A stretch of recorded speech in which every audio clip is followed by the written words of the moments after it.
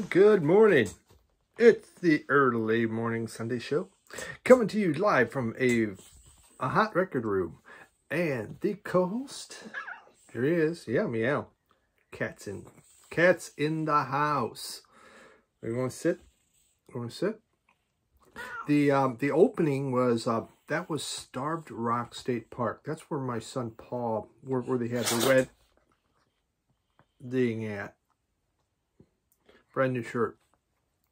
We christened it again. Jiminy. You know, yeah, okay. Yeah, you got the sneeze. I want you to sit down now instead of throwing snot on me. Okay? All right. Very cool. Oh, man. God bless it. Starved Rock State Park in Illinois. That's where my son was married. They'd kind of wanted more done by waterfall. I mean, it was a cold, kind of a wet weekend, so my wife and I hiked down to the waterfalls, enjoyed that. But beautiful place. For those in Illinois, I'm sure most of you have gone there before, but I'd go back there in a heartbeat. There's a lot of it I didn't get to explore and really, really liked the place. Very cool. So, oh, God, so tired. Sleep's been worse, the back been worse, but hey, you know, I'll take a nap. No, not much. It's been hot, like everywhere else. It seems like the United States, so it's the way it is. I did get in a game of golf. Finally, George, I got in a game of golf. And I did something really strange this year with my golf game. I put the ball in the fairway. I'm not used to hitting out of the fairway. Usually it's the rough because I find it provides me more enjoyment. It makes me think more on how to hit a shot. And this time I hit it where professionals do. And so when it first came out, went pretty good, but it always does. It's the second game that everything you thought, you go, man, I got my game worked out. And then you go back the second time and you find out, no, I still really do suck. Really, really bad. So that's what happens. Two channels. One is called Growing on Vintage Vinyl. Growing on Vintage Vinyl. He does start with y'all, so you know he's from the South. He has 78 subscribers. He's already had one video that went over 3,000. He goes thrifting. For those that like to thrift, he takes you into the stores. He just shows you the whole store, the antique stores or whatever. Looks at the albums. He spends time doing this and then shows you what he picks up. So it's fun, especially for those that thrift, worth looking at. The other one is Prime Analog Records. Prime Analog Records. Kind of the opposite end of this, huh? That's Matt. He has 34 viewers, and he's been around for 2 months. Did this nice thing on Gino Vanelli. Again, he's looking more at the higher end. This is what's really good sounding. Think about this, and takes you on a different journey as he kind of looks at some of the better sounding stuff. So, 2 channels to check out. Go over, pull them up on there. Growing on Vintage Vinyl and Prime Analog Records. So, always worth try to help some of these new channels. And if you have a channel, if you've never heard from me and you've been watching me, please let me know so I can check you out, because there's a lot, man. And I can't see everything, obviously, because I got a hell of a list that come up, but I try. And this is a beautiful classic. Pere Ubu. I don't know, Pere Ubu, I always called it. You know, it doesn't mean just because I called it, because no one else ever said the name for me. So it's like, well, that's how you pronounce it. And we know I don't pronounce well. This is the album Modern Dance. Pere Ubu formed in 75. They're out of Cleveland. They broke up in, I believe, 82. Then they reformed in 87.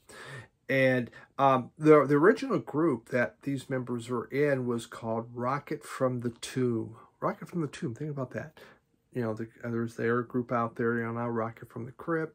These guys started Rocket from the Tomb. But they wound up, the group broke up. Some members went and formed the Dead Boys, some the Saucers, and some did Pere Ubu. Now, the name's pretty weird. It actually comes from a avant-garde play that was called Pere Roy.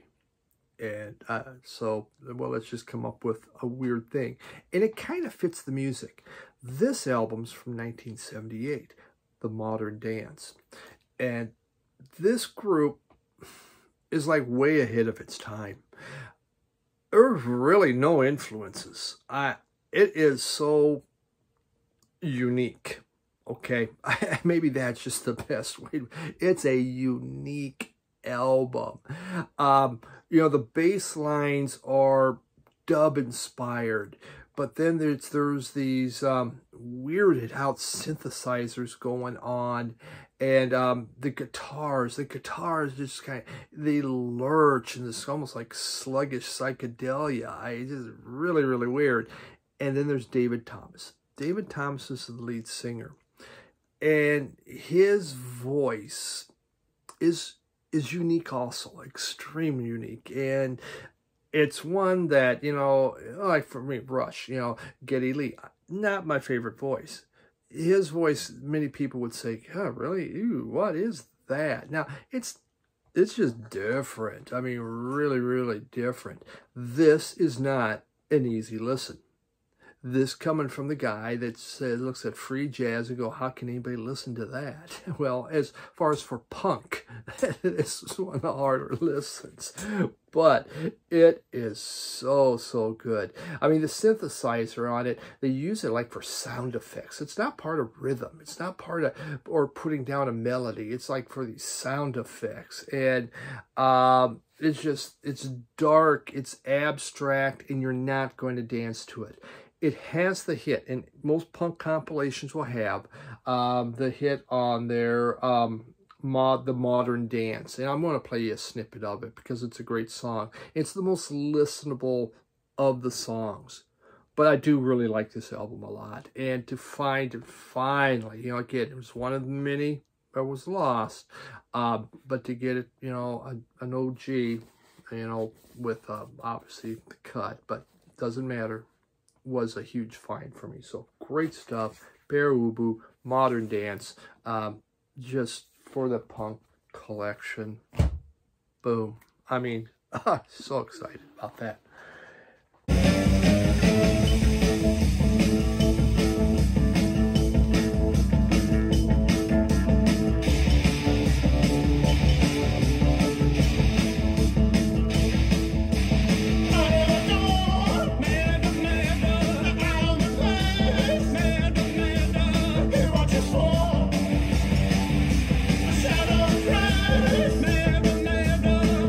Album just came out this year. The group is El Perro. It's autographed. This comes from a live music, and the person that did this name is Parker Griggs. Look at that. Really, the label on this side is pretty cool too. I bought it because I like the artwork. You know, I saw it. It came up on one of my, you know, one of the 1 billion emails or whatever. But the name of the album is Hair of El Perro, and so brand new music. It is like basic, kind of like heavy psych rock. Parker Griggs is with the group Radio Moscow, and I used to have a number of Radio Moscow albums, Off Alive, the record label, and it's a smaller label, and they put out some pretty cool stuff. Maybe not always the best recorded, but it's hard-hitting things. Well, Radio Moscow is a 3-piece group, and I've yet to bring any of their music back in. I mean, it's not essential. But, oh, and look, it came with a t-shirt too, El Perro. Now, see, so the dog, and I got a cat, but he seems to be okay. He did sneeze on it. Could be the reason why. But Radio Moscow is a 3-piece group, so Parker Griggs, he wanted to expand it. So with this group, he added a second guitar and he added percussion, which at times give it kind of a Latin feel to the music. There is a little more, you know, the instrumentation just allowed him to expand more. And, you know, it starts, you know, like a song with The Mold. And The Mold is just a hard-hitting, heavy rocker. Parker Griggs' vocals are more kind of a bluesy vocal delivery. Again, he's not melodic, you know, very hard hitting with it. But it's just, you know, what a great way to go. No Harm is another one, just blasting guitars come out of it. But then suddenly it quiets down a little bit. And the guitar playing quiets down, a little more intricate, and you hear the percussion come in kind of a Latin type rhythm.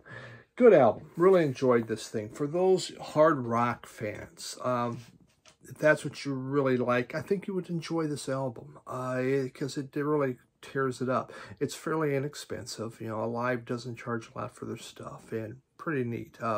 Hey, it's an autograph. Is it an autograph that go, wow, that became worth a lot?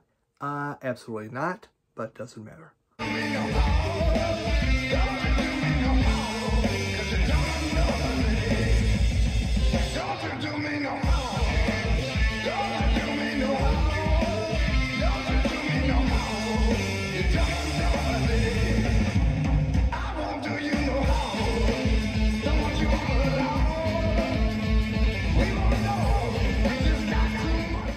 Third record today, the Rockin' Ramrods, and believe me, this sounds great in mono. Well, at least that's what they say. I bought this at Third Man Records, and it is on Coke bottle, nothing special in there. Hey, did one of these have something special in it? Nope. I got something with something special coming up, I guess. Okay. So, the Rockin' Ramrods. A group from Boston, formed in 63, broke up in 71. They never had a full-length album, I don't believe, but they had some singles, and this is it. They actually started off as a surf rock group, and they were making instrumentals. You know, Boston's kind of a big surfing town. Yeah, Rob Peniques, you're probably out there surfing, you know, you're probably a surfing dude. It's kind of cold, but their surf music, it was really, really big. And, you know, they formed in 63. And, you know, their second song, oh my God. The second song is called Jungle Call. And Jungle Call really has that surf. They also were kind of, you know, into the, you know, the garage rock. And they had a minor hit called She Lied, and I'll play you a sample of that. That was their hit. It was, I believe, came out in 63 or 64. And then along come the Beatles, and the music landscape changed, and they changed with it. And so the surf rock was out, the garage rock was out, and we turned more into a pop group. And they even cover a couple Beatles songs, and very Beatlesque feel to the music.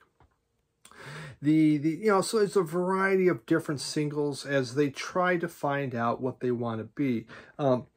As it goes along, they do Muddy Waters, I Got My Mojo Working, of all things. And they bring in an organ now, and this organ just has this groovy kind of feel to it, and they add horns to that song.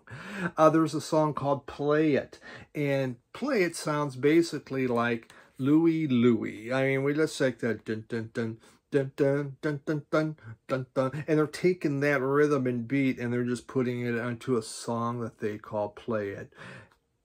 Not a bad album. You know, would I seek it out and, you know, and say, I gotta have this? Maybe not, but I saw it, I picked it up, and I like it. It will not be my most played album, but it's interesting to see the evolution of the group out of Boston. The Rockin' Ramrods. And it's just self-titled, The Rockin' Ramrods, and it's on Beat Rocket. But I found that when I was at Third Man Records in Detroit. She said that she loved me. She said she'd be true. She said that I'd be happy, but she made me blue. I'll bet she don't like it if someone tells a lie. If it happens to her, I hope she'll cry.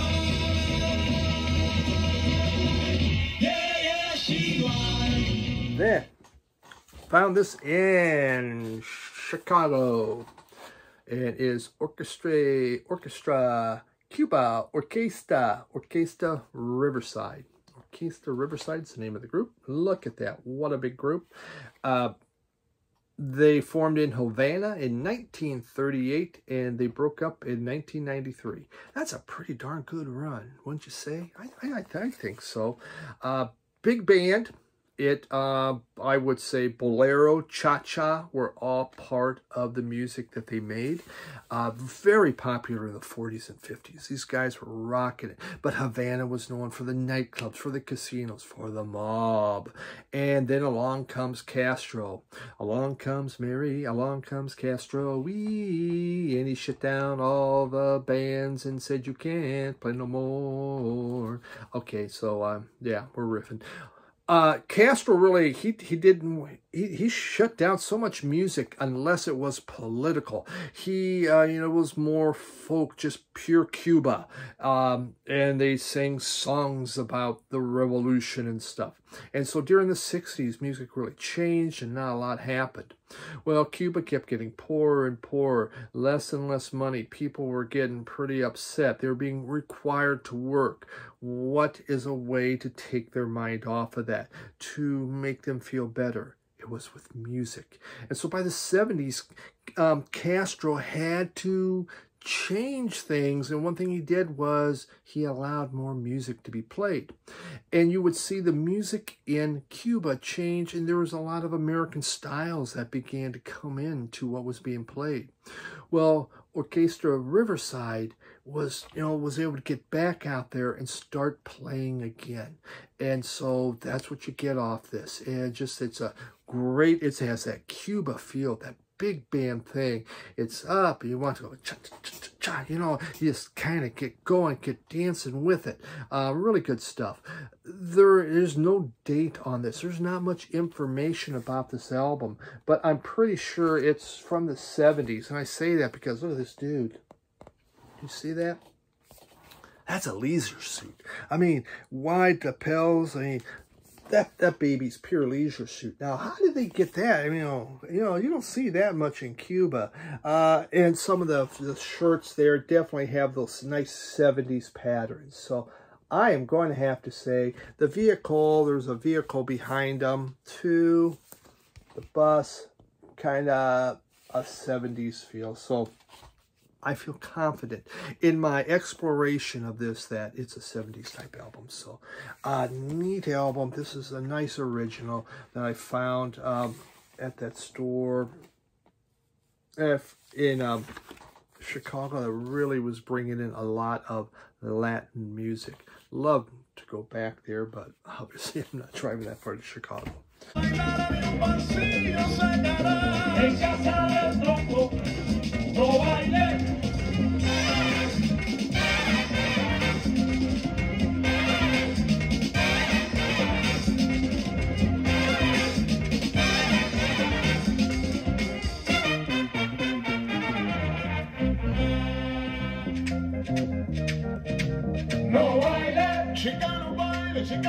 Then I found this in Detroit. The Detroit Record Club was the name of the show. The store, Lou Donaldson's Gravy Train. And this came out, I believe, 62 or 63. Donaldson died in 95, born in 26, I believe. Alto sax player. He had a soulful, bluesy sound to him. He really heard, he started the clarinet, switched to alto sax, got into bebop during World War II. He was in the Navy stationed in Chicago. And yes, Chicago has a big naval yard there. Got to protect the Great Lakes. And he would go to the clubs and he heard bebop, and it really inspired him. So he went to New York in 52, and Blue Note signed him up real quick, and he actually began forming his own group. By 58, though, he added congas. He wanted to start changing his sound, and he added congas. And so this is from that period where he did that. And, it's just it's pleasing, soulful bop music. You know, nothing like extraordinary out of the whole thing, but yes, very good listen. This is an original that I paid way too much money for. I mean, I got took. And the vinyl looked pretty good inside the store, but I'm going to tell you, it's scratchy when you hear the sample. I paid extra for every snap, crackle, and pop. It was a little disappointing when I looked at that. I go, Jesus. You know, then you just decide if you go back to a store or not. And maybe there's something ultra rare about it that I've yet to figure out. I don't know, but it happens once in a while. You get took a little bit and you go, damn. You know, paid a bunch, but it's not that expensive of an album. It's a good album. I like it. I enjoy Lou Donald's son. I just didn't like the price I paid, but yeah, I found some pretty cool stuff at the store. But this one, and the other stuff was priced pretty good. I don't know what the hell was with this, so who knows. But here we go. Gravy Train, Lou Donald's son.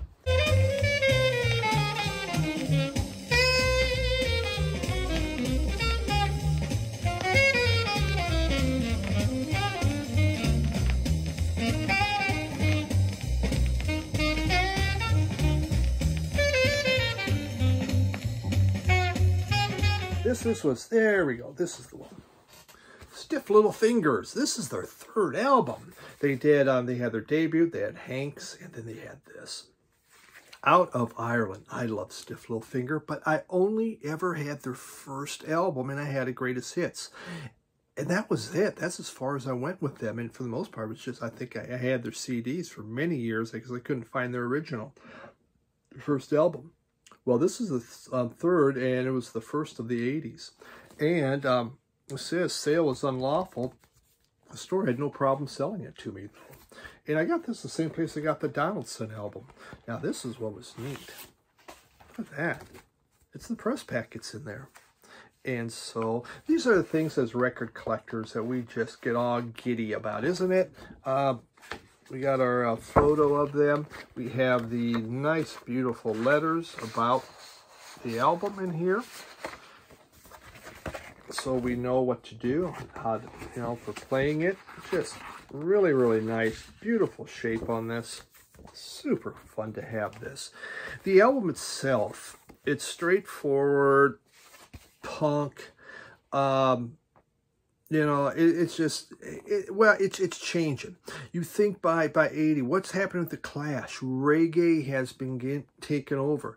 They get the reggae bug too. They're adding reggae into it. You can feel it in there. The rhythm section leads a little more instead of just the guitars leading this. The vocals become more relaxed. There isn't so much. The very first album sounded like the lead singer had swallowed razor blades and was singing just this growly, gruff thing. Now some of it has almost a more melodic.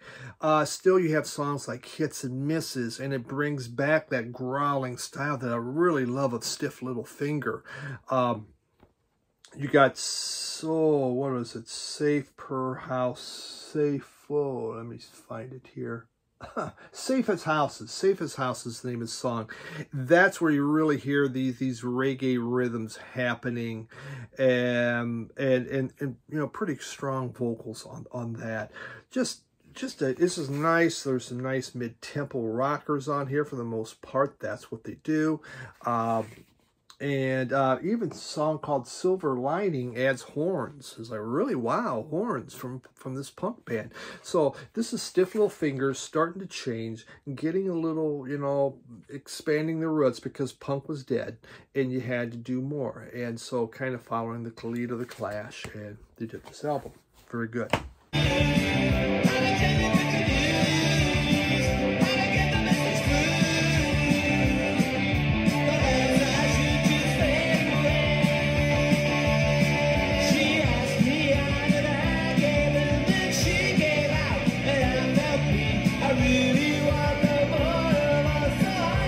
Record Store Day.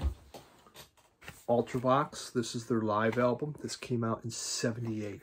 This is, the first two Ultravox albums, they formed in '74. The first version of Ultravox from '74 to '79, and then their the main mastermind of them was what was his name? John Fox. He left. I mean, the first three albums tanked. They had two albums, then they did this live set. That tanked. They tried to add some synthesizers, didn't work. But they started as more of a punk band. And this is like a million miles different from Vienna, their biggest album, which I do love Vienna, but I love early Ultravox. It has on here Saturday Night in the City of the Dead. That's their punk hit, and it is so good. I'll play a snippet of that. The recording on this is great. I really liked it. It has the energy of Ultravox with that punk feel to it. You never know on that, on how you're going to, what the recordings are going to be like, but this was a punk band to start. And you get that energy off this thing. It's a hard rocking album, and it really, really sounds good. So I was excited to see this out there because, again, their first albums I really like a lot, though at the time the public thought they sucked.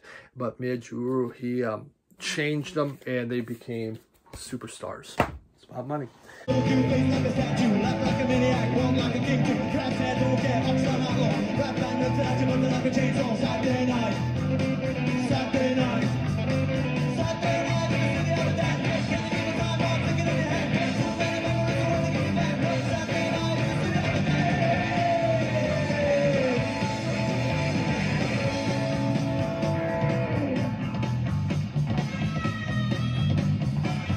That's it.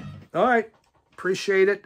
Midweek, I think we'll have bringing back some old favorites. I have some great stuff that I used to have, bringing back to my collection. Excited about it. So appreciate everybody dropping by. Cheers. Bye.